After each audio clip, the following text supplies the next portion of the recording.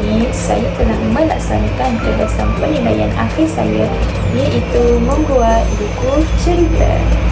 Buku cerita kanak-kanak ini merupakan bahan yang sangat penting dalam pendidikan awal kanak-kanak. Ia bukan sahaja memperkenalkan kemahiran membaca, tetapi juga membentuk pemikiran kanak-kanak serta nilai moral dalam diri kanak-kanak. Buku cerita yang saya hasilkan ini mengisahkan tentang seekor semut yang sedang bersia-sia di taman dan sangat bangga dengan dirinya. Semasa bersia-sia, semut ternampak kepompong yang tergantung pada ranting pokok dan semut pun mengejek kepompong tersebut kerana tidak dapat bergerak bebas seperti dirinya. Pada malam hari, hujan turun sangat lebat di taman itu, menyebabkan taman itu dipenuhi dengan air dan lumpur. Keesokan harinya, semut bersia-sia di taman itu. Tiba-tiba, semut tergelincir dan jatuh ke dalam air yang dipenuhi lumpur. Semut menjerit meminta tolong kerana hampir tenggelam. Pada waktu itu, seekor rama-rama yang cantik datang membantu semut dengan menjulurkan ranting agar semut dapat berpaut dan diselamatkan. Semut sangat terkejut apabila mengetahui bahawa rama-rama yang menolongnya itu ialah kepompong yang pernah diejeknya dahulu. Akhirnya, semut sangat menyesal atas perbuatannya dan meminta maaf kepada rama-rama. Tajuk buku cerita yang saya hasilkan ini ialah Rama-Rama yang Baik Hati.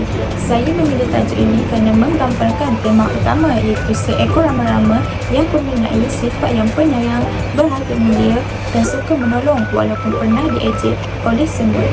Kepentingan buku yang saya hasilkan ini adalah untuk memberikan pelbagai pengajaran moral kepada kanak-kanak. Salah satu contoh yang saya akan berikan ialah kita tidak boleh mengejek atau merendahkan orang lain kerana setiap makhluk mempunyai keistimewaannya masing-masing. Tema utama dalam buku cerita Rama-Rama yang Baik Hati ini ialah nilai bumi dan persahabatan. Cerita ini menggambarkan bahawa setiap makhluk mempunyai peranan dan kelebihan masing-masing, tidak kiralah sekecil atau sebesar mana pun. Buku cerita yang saya hasilkan ini saya sasarkan kepada kanak-kanak yang berumur 6 tahun, di mana pada peringkat ini kanak-kanak telah mempunyai asas kemahiran membaca dan memahami ayat yang mudah. Dalam proses penghasilan buku cerita saya menggunakan pelbagai bahan dan peralatan. Yang pertama, saya menggunakan cardboard hitam. Cardboard hitam ini dijadikan sebagai tajuk buku cerita serta penutup. Yang kedua pula, saya menggunakan kertas jenis glossy sebagai halaman dalam buku cerita serta tajuk buku cerita saya.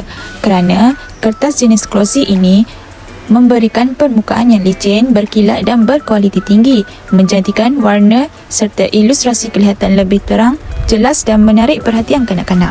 Selain itu, kertas glossy juga memberikan hasil cetakan yang lebih tajam serta menyerlahkan keindahan reka bentuk watak latar belakang yang dihasilkan melalui aplikasi digital. Yang keempat pula, saya menggabungkan semua helaian buku cerita saya menggunakan dawai likaran yang dimasukkan melalui mesin binding di bahagian tepi kertas. Kaedah ini membantu menjadikan buku cerita saya lebih kemas, tersusun dan tahan lama. Yang keempat pula, saya menggunakan dua aplikasi untuk mencipta watak dan melengkapkan dialog buku cerita.